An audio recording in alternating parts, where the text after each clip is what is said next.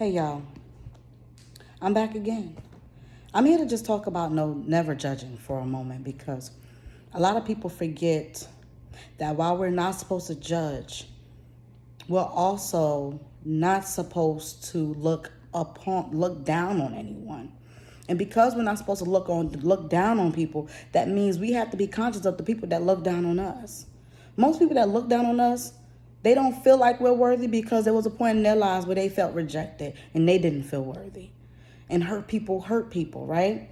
And so what happens is when somebody decides that they want to treat you any old type of way, as if that's the treatment that you deserve, they start to operate out of deception because they feel like as long as they keep treating you like this, eventually something is going to stick. I didn't get to try this angle. Let me go ahead and try another angle. That didn't work. Let me turn around and try it this way. That didn't work. Let me go ahead and start this whole thing over again on a clean slate and see if this actually works. Let me switch the whole script on. And if you're not careful, you'll end up in a never-ending twilight zone, imprisoned. It's funny when you got to be imprisoned by somebody else's restraint. Because most of the time when we're imprisoned, we don't know that we are imprisoned. And because we don't know we're in prison, we don't know what imprisoned us or who imprisoned us or what it is that have imprisoned. You understand? Whether it's a thing or a person that has imprisoned us. We could have been our own warden. Our parents, our grandparents, our family members, our children, our church members, our spiritual leaders, our co-workers, our mentors, our bosses, the people we look up to. They could have put us in a box that we never asked to be a part of. We got put into a box we never asked to even be ordered at our doorstep. We didn't go on Amazon.com and we didn't make an order and have it shipped to our doorstep. Yet, here's this box in front of us. And since nobody else is claiming it, we like, you know what, I guess I'll take it. No. Understand what's for you and what's not, my loves. If you don't know what has imprisoned you, you don't know why you're in a prison. What type of prison? A prison for your mind. You're sitting down on gifts you don't even know you have yet. You have a promised land in your life path that you know you ain't going to be able to touch. That's why everything you have as far as possessions and abilities and talents and gifts, you just know that's what they are, but you don't know where they're going to take you. Why? Because your vision has been blinded, because you are imprisoned. And even if you do see it, you don't see yourself making it happen because you're stuck inside of a prison of your mind. Whether because somebody else put you there or because you put yourself there. You self-sabotage your own life path. And you denied the gift that has already been embedded in you since birth. You chose to deny your inheritance, the blessings of Abraham. You chose to deny those things. And you expect everybody around you to treat you like you deserve to be treated equal to your calling. But you deny your own calling. Why would anybody else want to recognize it? And there's a lot of people like myself that have discovered their calling, have discovered their divinity, have discovered their purpose in life and in God. Yet they still surrounded around negative, narcissistic people that want to keep them under. That want to keep them under wraps. That want to keep them swept under the rug. That want to keep them hiding in plain sight. This is real. Not only is this real, this is very wicked. This is realistic wickedness coming in play in this day and age and in this generation. And I challenge you to not only discover what your prison is, but why you're in there, what put you in there, and what you need to do to get out. Because there's no way that a prisoner is going to know how to break free without finding a way how to get to the warden. There's no way a prisoner is going to know how to break free without knowing how to avoid the correction officers, the people in their that they're under the custody of. You will never know how to break free if you don't understand the people that's keeping you bound, that's helping you to stay under, because people are happy. You don't understand. They are extremely happy in their heart of hearts. On the outside, they're bubbly, they're happy for you, they da-da-da-da-da. And as long as you're struggling, in the heart of hearts, they are happy that you're struggling.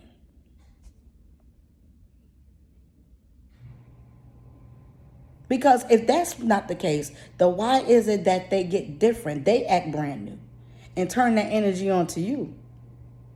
When you simply start to get the blessings that always been there for you, you just now started to tap into it.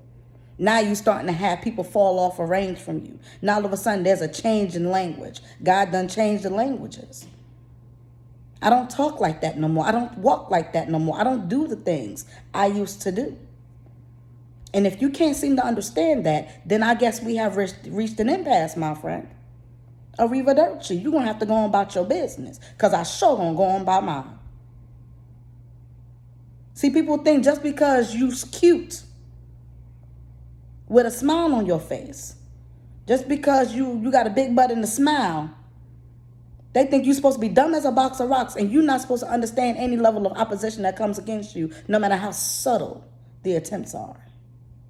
No matter how strategic it is. The devil is very strategic.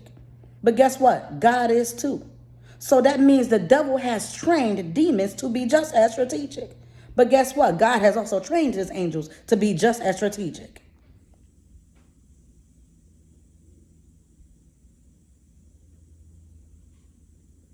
Yes, love does cover a multitude of sins. But that don't mean we're supposed to sit there and act like we don't see them. It don't mean we're supposed to act like we're not supposed to be a part of that culture. It doesn't mean that we're supposed to condone the behavior. It doesn't mean that we're supposed to yield towards that. No, we recognize it for what it is. See the incorrect fragments. We will focus on, understand, and maybe even sometimes study incorrect fragments. What are these incorrect fragments? That means the small portions of wrongdoings that a lot of people overlook. Those are the small things that turn into big things that everybody sees. Let me say it again. Small incorrect fragments or the small wrongdoings that everybody overlook. Because we only see the big things that become big deals that everybody gets to see. Why get to that point of the big things becoming big problems that everybody can see when we can just stop and slow down for a moment and recognize these incorrect fragments? It starts with us, though. Michael Jackson said, I'm searching for the man in the mirror. I'm looking at the man in the mirror. I'm asking him to change his ways. And no message couldn't be any clearer. If you want to make the world a better place, take a look at yourself and make a change. Yeah. I just can't help myself. I love Michael Jackson. But anyway, on a serious note. So what I'm trying to say is we're not judging each other because everybody deserves grace as much as we do. So if we need grace, we wouldn't dare try to make somebody else feel like they're not worthy of that same amount of grace. They just need to put themselves in a certain position to receive that same type of grace. You understand? At least the fullness of it, because some level of grace has to be started, has to be shown. Some level of mercy has to be forwarded to that person in order for them to know, okay, I have a chance too. Because if I give you no grace, where is your chance for you to ever feel motivated in knowing that I too can have grace? But we also always tell each other and other people, we already know the phrase, you show yourself friendly, you can make a friend. All you got to do is show yourself friendly. Who's to say that it's not the same thing with grace? Because ain't no way you're going to be graceful and still be unforgiving. Ain't no way you showing grace and not being merciful. So don't tell me that you being gracious You can't forgive me for cussing you out 5 years ago. You're not gracious. You're not merciful. You are judgmental.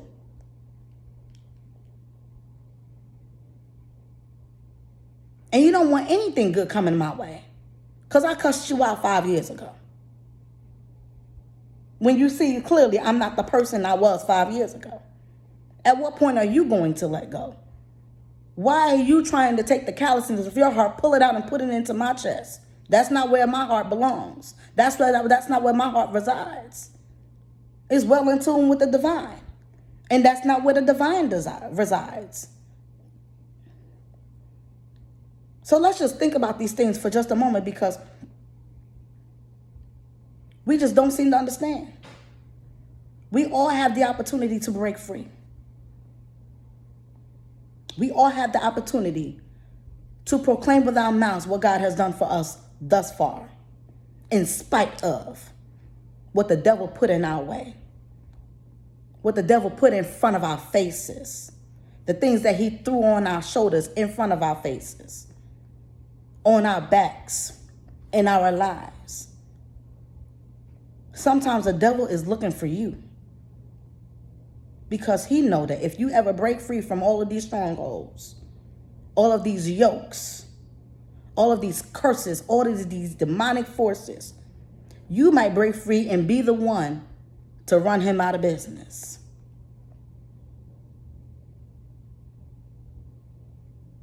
See, devil don't have a residence.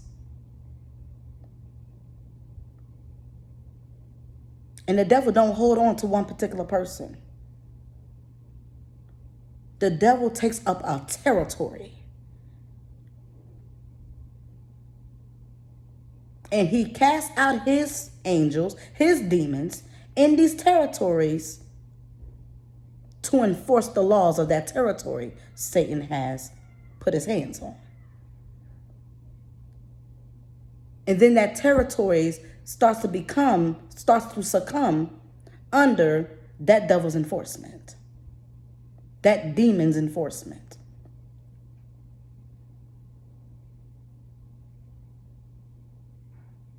It's like,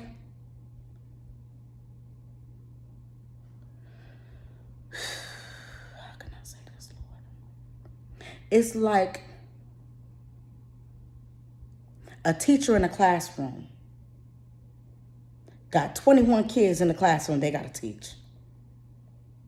5 of them are learning well, 5 of them are a little slow, 5 of them are right in the middle, just making good enough grades. There's 5 of them that got bad behavior.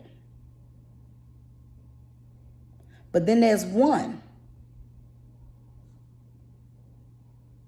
There's one that's just as smart as a teacher.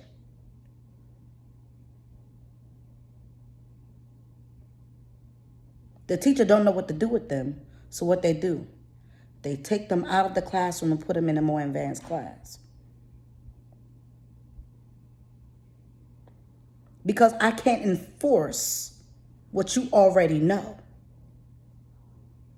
I can't teach you what you already know. So I'm not going to cast you aside, but I'm going to put you where you belong. But that's not how the devil operates. It's somewhat like the teacher. It's like the devil is a principal. The teacher is a demon. And the students are us. Some people are catching on to what the demon is doing, but don't know necessarily how to deal with it. But they just doing enough to just conform. You got some people that's not all the way there yet because they're like, man, I'm just trying to figure out life. Those are 5, the real slow ones. The ones just in the middle, they got their foot in with God and their another foot in with the devil. Then you got that one that understands both spectrums and know where they belong in spite of who's in charge. Because they know that this place is not my destiny. They know that this place is not my end-all be-all destination. They know that this place is only a stepping stool. Whether it's a good environment or bad environment, it's a stepping stool to teach me whatever I need to learn here. But then when I start to show up the teacher, they're going to do away with me because I'm too much. They might even let me stay in the classroom because I'm so smart. But they don't want me to be whatever I need to be for me. They want me to stay in that classroom so I can spread my goodness out to all the other kids. So they don't have to work as hard to teach the slow ones. Keeping you inside of a box. But I ask you for what?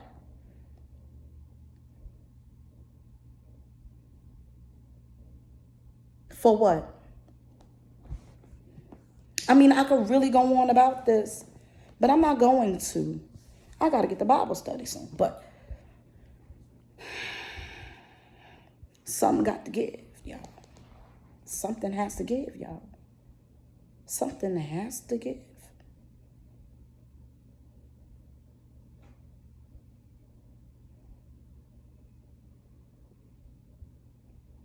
Ain't no way that we need to be operating in ministry or in anything good and expecting nothing bad to come our way.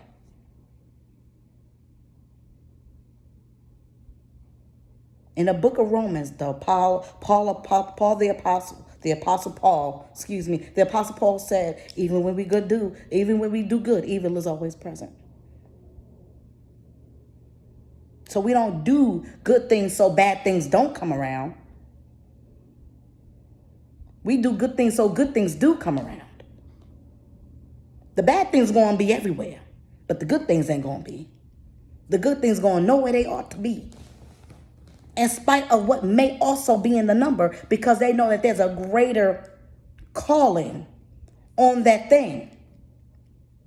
You understand? I'm really rattling right now, but I need us to get this. This is why I don't judge people, because everybody is not going to be where you want them to be. Because you're not going to be where everybody wants you to be. And sometimes you got to be careful, because not everybody is going to want you to be in a good place. Some people want you to be in a prison. And the reason why people sometimes want you to be in a prison is because they feel more comfortable that way. The only reason why they living and they striving and living all throughout the days is because they know you need them. How you think they act once you get self-sufficient? And you got the nerve to be humble? And you got the nerve to be good to me after what I did to you? And you doing better than me? I remember you used to need me, and why are you counting the tallies? Why are you counting the ways? Don't nobody need to remember how your hands was in my life. You should be happy enough that you got paid in the spirit and being able to sit around long enough knowing you no longer have to carry me. But no. We're living in a generation, we're living in a very perilous time in our lives. And if we don't wake up, we'll become chopped liver. And I mean that. We'll be chewed up and spit right back out. And then all we're going to be doing is sitting and singing our woes, wondering, what did I do wrong? You better be careful with who you treat and how you treat them. And some people, they know exactly how they treated you. They know exactly the type of price that they're going to have to pay for how they treated you. But they would never admit it, not to you, not to anybody or circle. But they're going to be in that closet holding their head. Oh, you better mark my words. They're going to be in the closet somewhere where nobody else can see them but God himself. They're going to be holding their heads like, oh my God, what did I do? You mess with God's anointed. You mess with God's chosen. You mess with somebody divine. You mess with somebody pure. You mess with God's anointed. You mess with his prophet. Not everybody's his prophet, so please don't go around. No. You know if you are or not. But you messed around with the wrong person. No, matter of fact, you messed around with the right person. Because if you mess around with me the right way, let me tell you something. It ain't going to be long before God come knocking on your door like, you remember that day? You messing with my child? It's time to pay.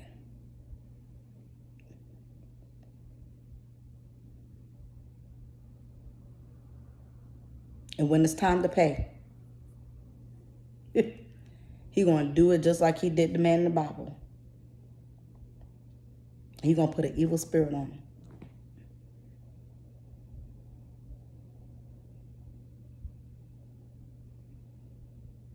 Just like he did Saul.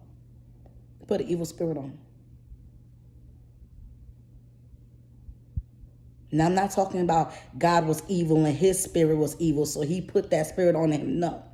He simply lifted the grace off of him.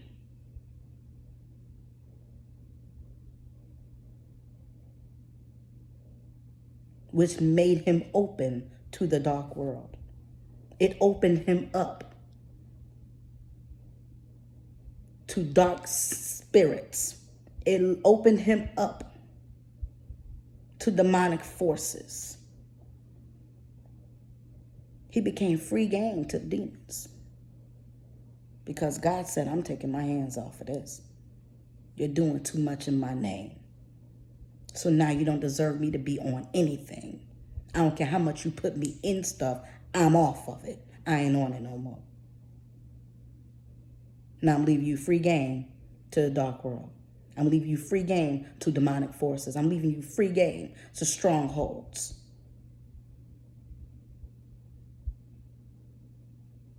And if we're not careful, we'll be just like him. And if the people in your lives are not careful, they're going to be just like them. They're going to be just like him in the Bible. They're going to have an evil spirit come onto them. And they're going to be holding their heads when they get along like, oh my God, what did I do? It's okay, because it's going to come to them eventually why they're going through what they're going through. And they ain't going to be able to do nothing but think about you. How bad they did you. What they could have done differently. And how they cannot reverse it.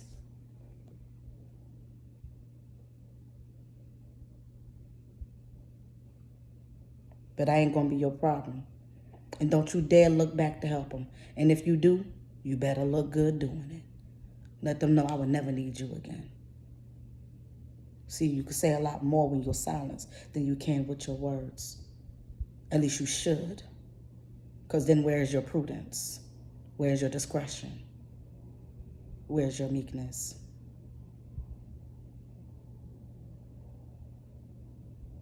That's all I had to say. We ain't judging now. We ain't judging people. We're simply recognizing, understanding, and studying incorrect fragments, not only in them, but also in us. Understand your prison. If you're in a prison for your mind, I challenge you today. Understand what the prison is in your mind. Study it, understand it, gain wisdom over it, and then overcome it once you discover what it is. Tackle one thing at a time. And then when you get back to that mirror and look at yourself and say, okay, I tackled that, I mastered that. What else do I need to do to move forward? Because I should be never changing, and ever evolving.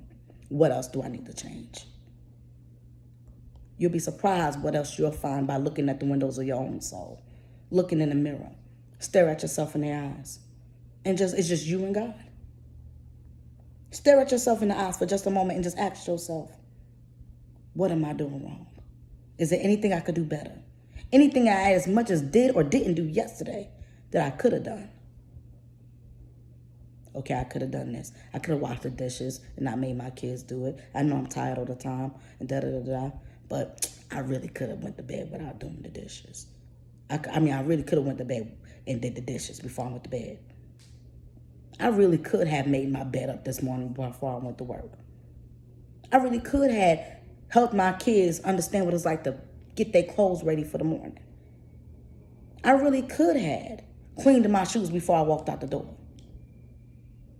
I really could have inspected my shirt before I went to work.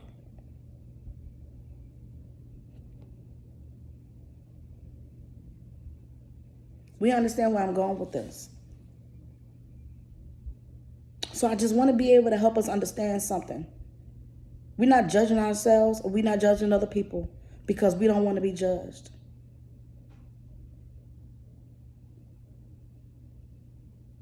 For who judges will also be judged. So if you don't want to be judged, it's natural. Just don't do it. Just don't do it. But you are supposed to see what you're supposed to see. And you are supposed to maneuver accordingly and govern yourself accordingly once you get to the discovery of what you saw. We're in a season to where the real and the divine people need to start standing up, rising up, and walking. Like Lazarus did when he was sitting in front of that church. He was told to just rise up and walk. You keep sitting somewhere expecting somebody to come and lend you a helping hand, but ain't nothing really wrong with you. I mean, people made you believe that you deserve to be in this prison. People made you believe you deserve a handicap and a hand up. But ain't nothing wrong with your hands. So get to work. Rise up and walk. I love you so much. God bless you and I keep you.